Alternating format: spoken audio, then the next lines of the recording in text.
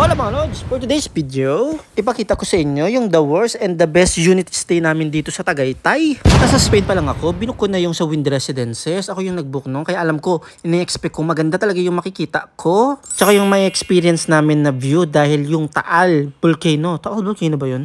Taal Lake, yung makikita naming view sa Wind Residences. Kaso napaaga yung pagpunta namin dito sa Tagaytay kasi galing kami ng Batangas. Kaya nag-decide kami na mag-book pa ng isa pang gabi bago yung araw ng check-in namin na binook ko mula pa sa Spain. Pero this time, si Carino yung nag-book. Binook niya sa booking.com kasi ako yung binook ko ay sa Airbnb.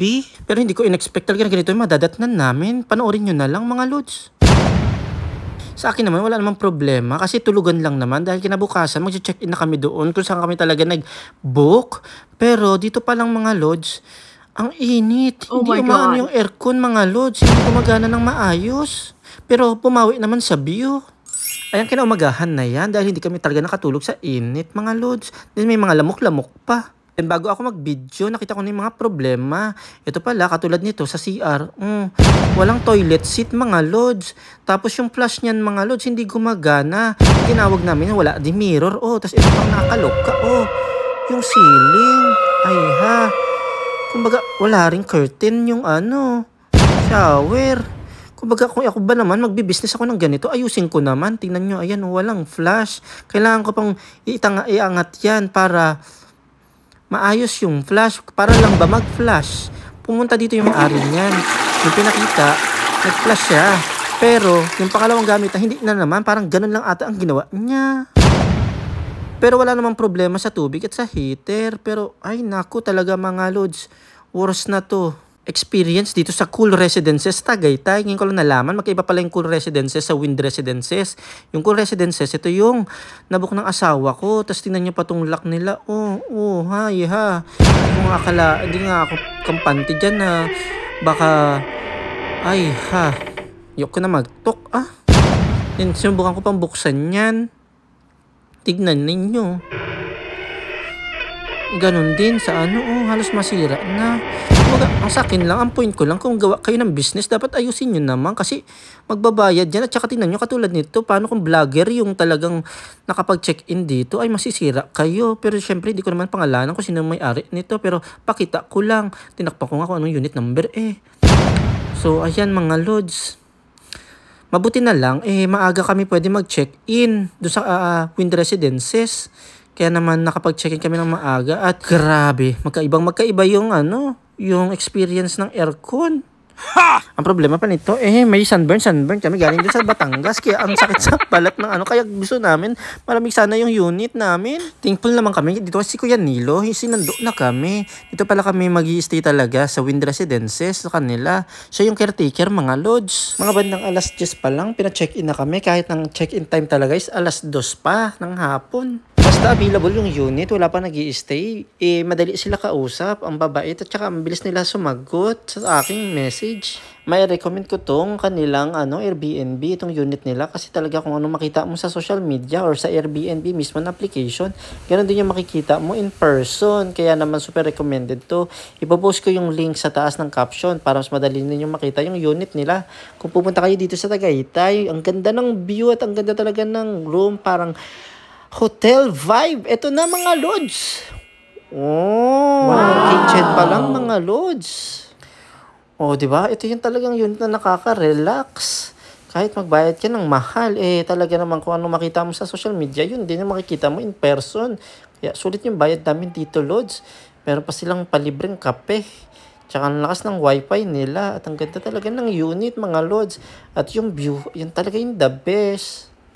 Kahit yung TV nila, merong YouTube, merong Netflix, at okay na okay ang Wi-Fi, makakunik kami lahat. Then yung CR, papakita ko sa inyo mga Lods. Pero bago yan, ito yung view. Look at that, merong panterasa or balcony. Ang sarap dito pwede ka mag-lunch dyan, mag-breakfast, dinner, midnight snack, talking. And then, tingnan nyo naman yung interior design. Ang ganda mga Lods. Talagang ito yung masasabi mong nakapag-relax ka talaga. Staycation talaga mga Lods. Kung di ako nagkakamali, nasa 3,000 pesos per night yata yung nabook ko nito. Nasa Spain pa kasi ako nun, matagal ko na nabook to kaya di ko na maalala yung eksaktong presyo. Pero ang pinaka main goal ko lang talaga dito is yung view. Hello po, hello. Ni-invite ko po kayo mag-check-in dito sa sa Wind Residences. Wind Residence Tower 3. And then, bigay nyo lang po yung name nyo. Sino pong hahanapin? Si Kuya Nilo na lang po, sir. Pwede ba natin ilagay yung number po ninyo sa screen? Apo. Ayan, lalagay na lang natin sa screen yung yung kanyang Enjoy number. nyo po yung lamig po ng Tagaytay. Yes, at ang ganda ng view, no? Apo. Hello po. Ayan, Thank you, thank sir. you. Thank you. Ngayon mga lods, ipapakita niya sa atin kung ano yung mga magagamit dun sa kitchen. Then, ipapakita din natin yung sa CR. Tignan ninyo mga lods. So, meron tayo dyang microwave, meron din lutuan kung pwede kayo magluto. Hindi nga lang pwede magluto ng mga strong na amoy, katulad ng mga tuyo, danggit, yung mga ganyan. Merong rice cooker, kaserola, then water heater. Ayan, meron din tayong fridge, mini bar. May mga baso na rin, kutsara, malinis dito lods. Malinis, meron din namang hugasan. Pwede din maghugasan yung mga plato muna bago gamitin. And then, ito na yung CR mga lods. Ang ganda ng pagkaka-interior ng CR niya. Nagmukha siyang malaki mga lods. Wow! Ayan, meron toilet bowl, may toilet seat, may curtain, then may mirror, may heater. Ayan. At ito ang pinakamaganda. Pag na-turn over sa amin yung gold residences namin, gusto ko ganito rin kaganda yung pa-Airbnb ko. The moment of truth. Napakagandang view. Talaga dito marirelax ka talaga. Kung ano yung nakita mo sa Airbnb, ito din talaga yung makikita mo in person. Ito rin yung magkakaroon ka talaga mga lods. Diba? Napakaganda. Kaya masabi ko na pagkatapos ng worst experience namin dun sa Cool Residences, napalitan naman itong Wind Residences. Ang Cool Residences pala lods ay katabi lang ng Wind Residences na doon ko lang nalaman na dalawa pala ang project ng SMDC doon. Ang Wind at ang Cool. Ang Cool is yung luma at yung Wind Residences, ayun naman yung pinakabago. Mas masasuggest ko sa inyo mga lods, lalo sa mga OFW na gusto ma-experience yung ganito, sa Wind Residences kayo mag-book at hanapin nyo na to si Kuya para sa ganun. Ito talaga yung makikita ninyo. Hindi kayo magsisisi mga lods. Sulit ang bayad nyo dito at kahit, gaya ng sinabi ko, kahit mahal pa yan, basta kung ano yung nakikita dun sa pinopost nila, ganun din yung kakalabasan at ang napaganda ng service, sulit ang magbayad ng kahit anong presyo yan, mapamahal man o mura mga lods. So enjoy lang muna namin ang aming stay dito mga lods. Ciao!